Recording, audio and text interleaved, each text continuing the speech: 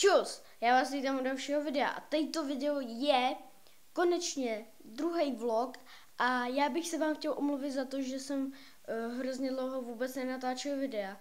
Za to bych se vám chtěl strašně, ale strašně moc omluvit, protože jsem je nenatáčel asi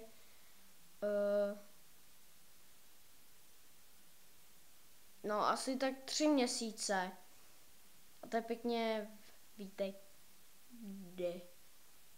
Tady.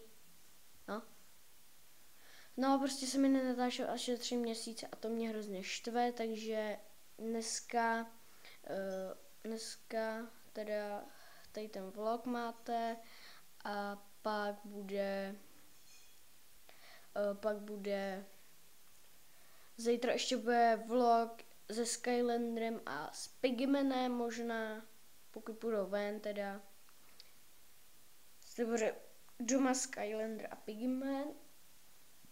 Si budou doma,